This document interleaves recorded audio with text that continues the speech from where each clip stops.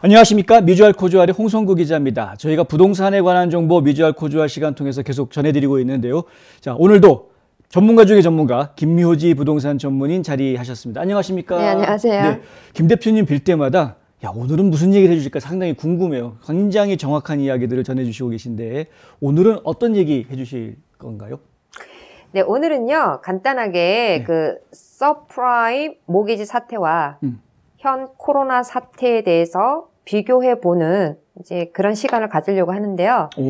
2021년도 미국 부동산 전망에 대해서 얘기를 할 때 사실 반드시 밀접한 관계가 있는 게 현 코로나 사태와 예전에 있었던 서프라임 모기지 사태에 있어서 상당히 많이들 생각을 하시는 것 같아요. 그렇죠. 네, 그래서 오늘은 그 두 가지에 있어서 좀 차이점이 있어서 이제 그 부분에 대해서 한번 같이 공유를 하려고 합니다. 아, 알겠습니다. 굉장히 큰 경제 위기였었죠. 서프라임 모기지 사건. 그때 많은 분들이 있던 집 다 뺏기고 뭐 난리가 났었던 저희가 기억하고 있는데 코로나 바이러스가 터졌을 때에도 집에 있어라 그러면서 이제 뭐 스테이 앳 홈 뭐 이런 거 나오고 났을 때 사람들이 많이 걱정을 했던 게 이렇게 일 못하고 이러다가 집 뺏기는 거 아니냐 이런 걱정도 사실 많이 했었거든요. 네, 뭐가 비슷하고 뭐가 다른지 한번 들어가 보도록 하겠습니다. 어디서부터 시작해 볼까요?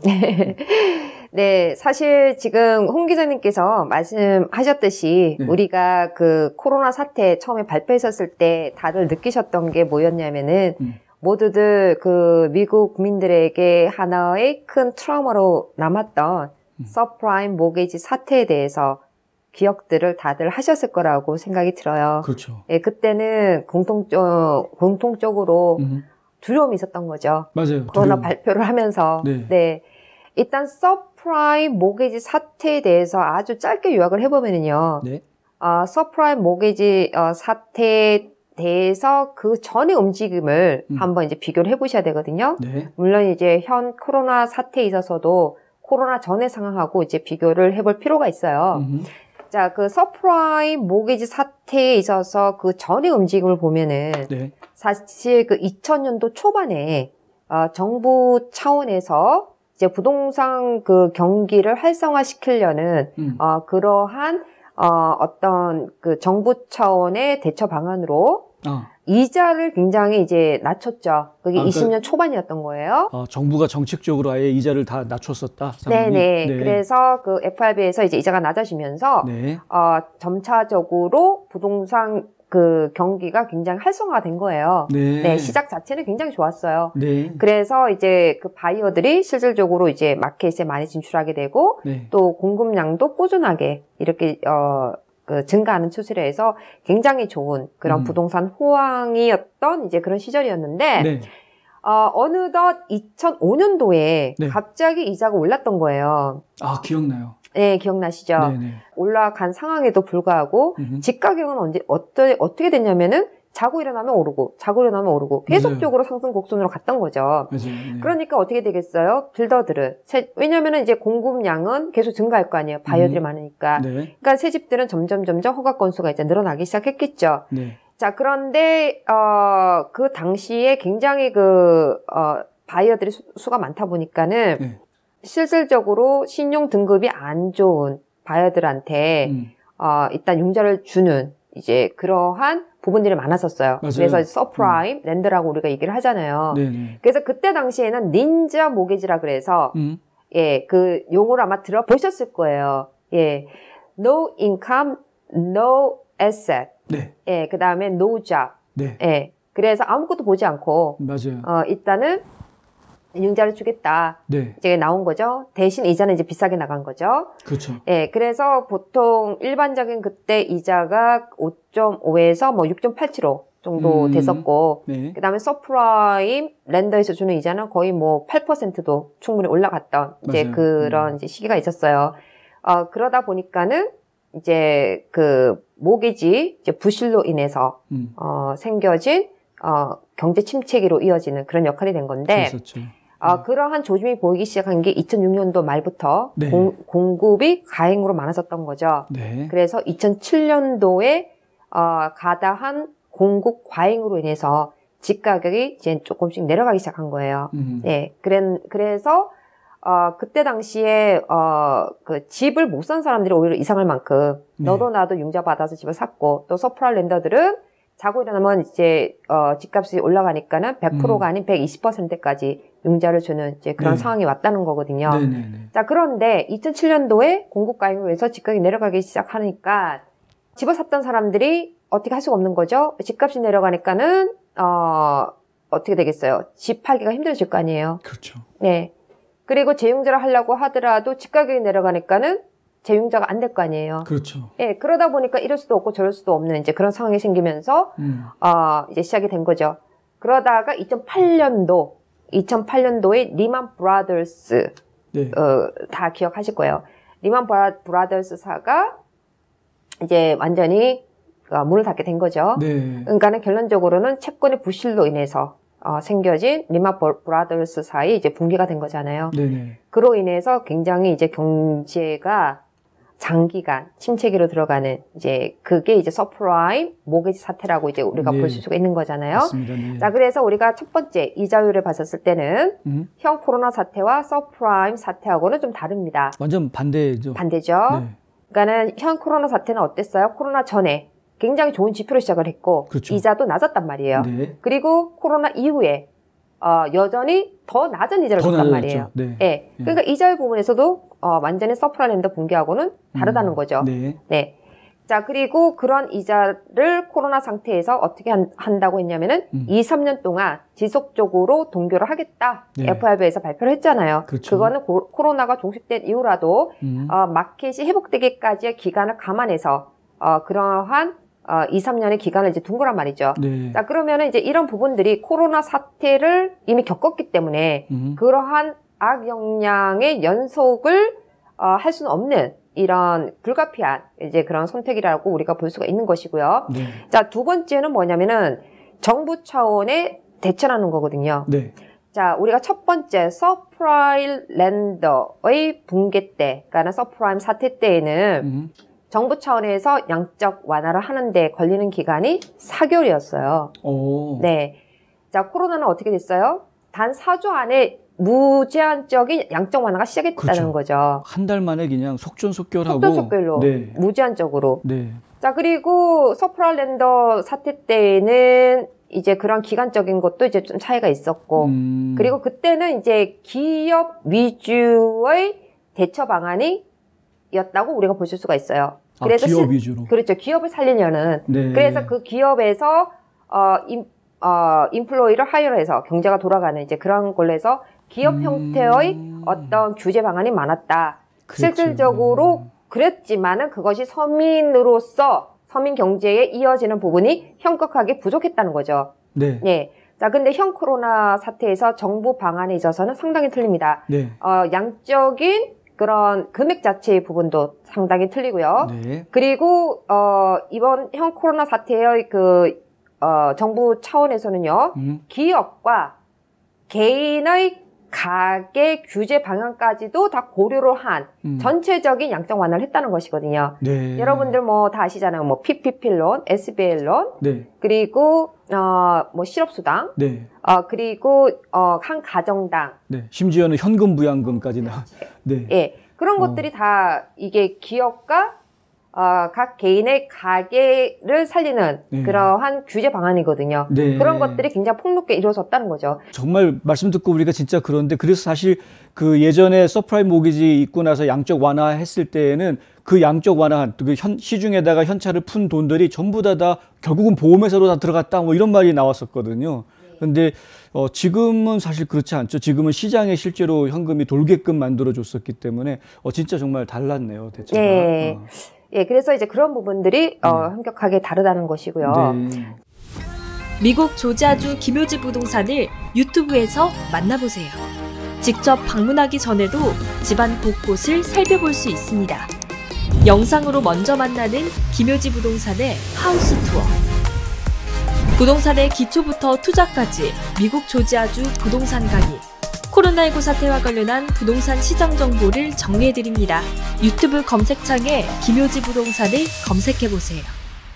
자, 그리고 이제 세 번째로 우리가 봐야 되는 게 뭐냐면은 수요와 공급의 법칙이죠. 항상 우리가 부동산 마켓에서 얘기할 때는 뺄 수 없는 거잖아요. 맞습니다. 자, 우리가 그 코로나 사태와 그 다음에 서프라임 모기지 사태에서 우리가 이제 두드러진 거는 아까도 언급했었지만은요.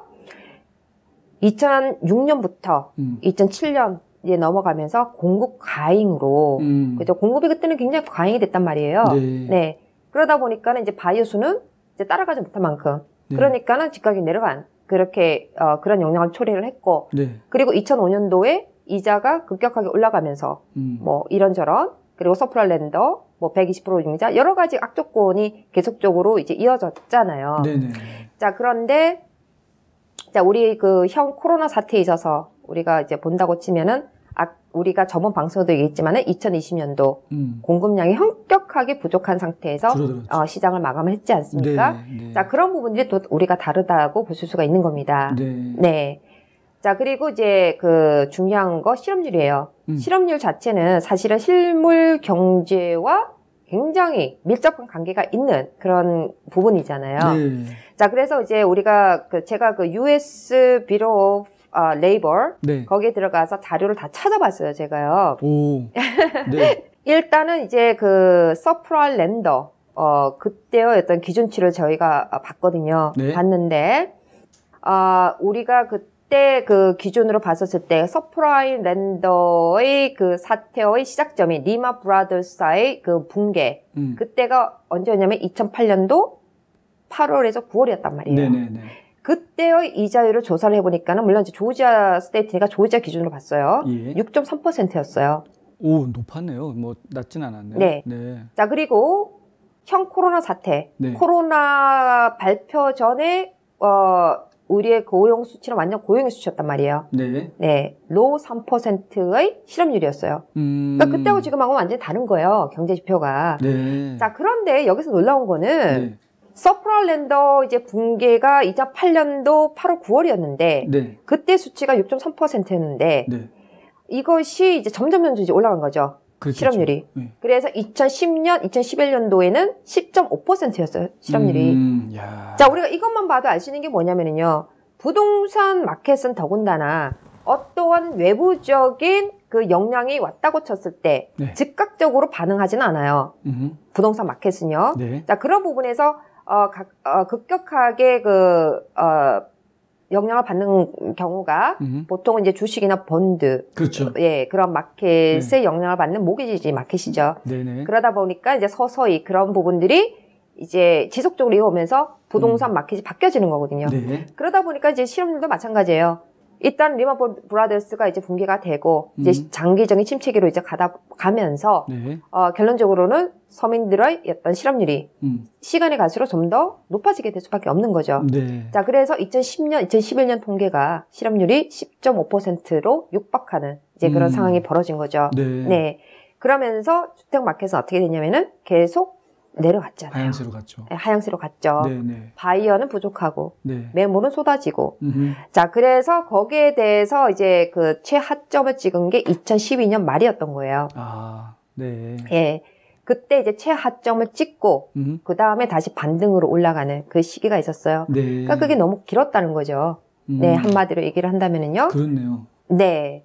자, 그래서 우리가 현 코로나 사태에서 봤었을 때는 그 실업률 자체가 사실 코로나 전에 실업률은 굉장히 좋았다는 거죠. 네. 완전 고용의 수치였다는 거고. 네. 그리고 현 코로나인 상황인 지금에서도 네. 실업률 자체는 여전히 낮은 수치를 기록하고 있는 거예요. 그렇죠. 2020년 10월 기준으로 4.5%라는 거거든요. 네네. 그러면은 그 서프라임 렌더 붕괴 전에 그 실업률하고 비교해봐도 현격하게 좀 낮은 그런 부분이란 말이죠. 네. 네. 자, 그래서 이러한 모든 그 네 가지 요인을 우리가 비교를 해보시면은요, 네. 상당하게 그때랑 지금이랑 차이점이 있다고 보실 수가 있어요. 네. 자, 여기에서 제가 말씀드리고 싶은 게 뭐냐면은요, 예. 우리가 앞서 그 방송에서도 얘기를 했었지만은요, 네. 미국 부동산 전망에 있어서 2021년 전망에 있어서 네. 짧게 이제 말씀드린 부분이 있는데 대부분 손님들께서 그 생각을 하시는 게 이 현 코로나 사태가 서프라임 사태하고 비슷하지 않느냐. 결론적으로는 나중에 이제 그 공급량이라든지 이런 걸로 해서 또 집값 내려가는 게 아니냐. 그런데 곰곰이 생각해 보시면은 그렇게 부정적으로 생각하시는 분들 같은 경우에는 그 전에도 집값이 내려간다고 생각을 하셨고, 또 2020년 코로나가 이제 발표를 되면서 집값은 계속 오르고 있는데, 네. 그런 여러 가지 요인들로 인해서 그때도 또 집값이 내릴 거라고 계속 생각하시는 거고, 그러니까 그런 부정적인 이제 부분들이 이제 계속 있는 그런 부분들도 있는데요. 네. 일전에도 저희가 언급했듯이 이러한 경제 지표를 대신하는 이러한 4가지 요인으로 인해서 2021년 미국 부동산 전망에 대해서 집 가격이 이제 어떻게 될 거라는 것을 저희가 말씀을 드렸는데요. 네. 마찬가지로 반드시 이제는 생각을 하셔야 되는 게 뭐냐면은 서프라임 모게이지 사태와 현 코로나 사태의 차이점을 이제 분명히 아셔야 된다는 거거든요. 네네. 그리고 이제 항상 여쭤보시는 게 뭐냐면은 이러한 모게이지 유예로 현 코로나 사태로 인해서 모게이지 유예로 인해서 나중에 이것이 포클로저로 인해서 공급 과잉이 되는 건 아니냐. 네. 이제 그런 말씀을 하셨는데 네. 지난 방송에도 설명을 했고요. 그리고 정부 규제안이 사실은 서프라임 모기지 사태가 워낙에 이제 길게 갔었던 거잖아요. 그렇죠. 예, 그리고 거기에 대한 어떤 시행착오도 다들 경험을 했고, 네. 그렇기 때문에 이제는 어쩔 수 없는, 필수적인 어떤, 정부 차원의 이때 구제도, 그래서 그때하고는 완전히 차원이 다르게 나온 것이고, 네. 예, 그런 부분을 감안했을 때는 지금은 이제 포비어런스라는 이런 모기지 유예 기간으로, 되고 있지만은, 이제 코로나가 종식된다 하더라도, 그러한 모게이지 유예 기간으로 쓰고 있는 포비어런스 외에 우리가 서프라임 사태 때 여러 가지 모게이지 상한 조정 프로그램이 있었듯이 네. 앞으로 리페이먼트 프로그램이라든지 각종 론 모디피케이션 등으로 인해서 이런 부분들은 또 해결이 되지 않을까 하는 생각이 있고요. 네. 가장 중요한 거는 실업률 자체가 예전하고는 많이 다르다는 것입니다. 네네. 그리고 현격하게 공급량이 이제 부족하다는 것이고요. 예, 이런 모든 부분들, 그 다음에 정부 차원의 즉각적이고 능동적인 대처 차원이 그때랑 지금이랑은 완전히 다른 부분이 있다는 거. 네. 여기서도 한 번 더 차이점에 대해서 말씀을 드리고 있는데요. 네. 저희가 코로나가 발표되면서 많은 전화를 받았어요. 이거 어떻게 되겠어요, 앞으로? 자, 그랬는데요. 네. 그때 모두들 뭐라고 말씀하셨냐면은 코로나가 백신이 나와서 코로나가 이제 종식될 수 있다는 것만 알아도 정말 이제는 마음 편하게 뭐든 할 수 있을 것 같아요 하는 말씀을 많이 하셨어요. 자, 그런데 이제 백신이 나왔고 올해는 이제 백신 접종을 하게 되면서 네. 코로나가 어느 정도 종식이 되는 그런 가정에 접어들게 있는데요. 그럼에도 불구하고 아직도 집 가격이 서프라랜더의 붕괴처럼 내려갈 거라고 생각하시는 분들은 아마도 서프라임 모게이지 사태의 그러한 두려움이 아직도 남아있지 않을까 하는 생각을 해봅니다. 네. 네. 말씀 잘 들었습니다. 진짜 생각해보니까 그때 정말 그랬었어요. 문제가 굉장히 이 서프라임 모기지가 터졌을 때에는 다시 경기가 회복되는데 굉장히 오랜 시간이 한 3년 이상의 굉장히 오랜 시간이 걸렸었는데 이번에 코로나 사태 같은 경우에는 한 3월 달에만 잠깐 실업률이 확 올라갔었고 그 뒤로는 점점 경기가 회복되는 모습을 보였는데 경기 회복되는 속도가 엄청 빨랐거든요. 그러니까 2020년 말 되기도 전에 가을경에 이미 경기가 거의 다 회복이 돼 있는 그런 상태를 저희가 보았기 때문에. 근데 한 가지 걱정되는 거는 이제 행정부가 바뀌었단 말이에요. 이 새로 바뀌는 행정부에서 과연 이건 이제 계속해서 이어서 잘 좋은 정책을 펴나갈지 그 부분은 좀 사실 걱정이 되는 부분은 있기는 해요. 네. 물론 이제 그럴 수 있죠. 우리가 이제 보이지 않는 또 앞으로 있을 수 있는 어떤 외부적인 그러한 영향들로 인해서 올 수 있는 부동산 마켓 변화는 있을 수는 있습니다. 네. 그렇지만 새로운 행정부가 바뀜으로써 갑자기 어떤 마켓의 변화는 오지는 않을 것으로 우리는 보고 있고요. 네.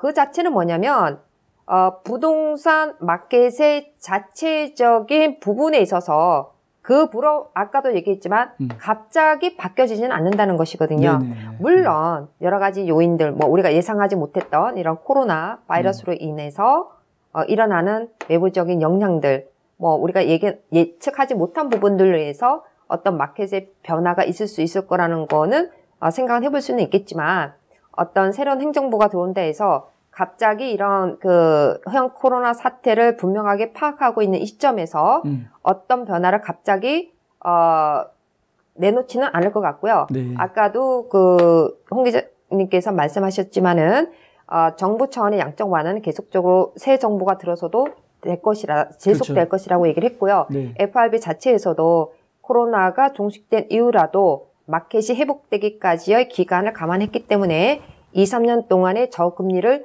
동결을 하겠다고 발표를 한 것도 그것이 새 정부가 들어와서 어떠한 정책이 갑자기 바뀌어질 거라고 보고 있지는 않습니다. 학비 때문에 원하는 대학을 포기하신다고요? 장학금이나 학자금 재정 보조를 자녀에게 모두 맡기셨다고요? 아니요. 그러시면 안 되죠. 명쾌하고 유익한 정보를 드리는 리차드 명 AGM 대표가 속 시원하게 도와드립니다. AGM은 미국 2,900여 개 대학의 재정 보조 관련 데이터베이스를 기초한 실시간 분석 시스템과 자체 개발한 고객 관리 시스템을 활용하여 대학 학자금 부담을 덜어드립니다. 지금 전화하셔서 상담 받으세요. 877-212-0011 877-212-0011 다음번에는요. 네. 일단은 그 새 행정부에 따른 어떤 그 2021년 부동산 마켓 전망에 대해서 한 번 더 정리를 해서 여러분들과 함께 공유를 한번 해보려고 합니다.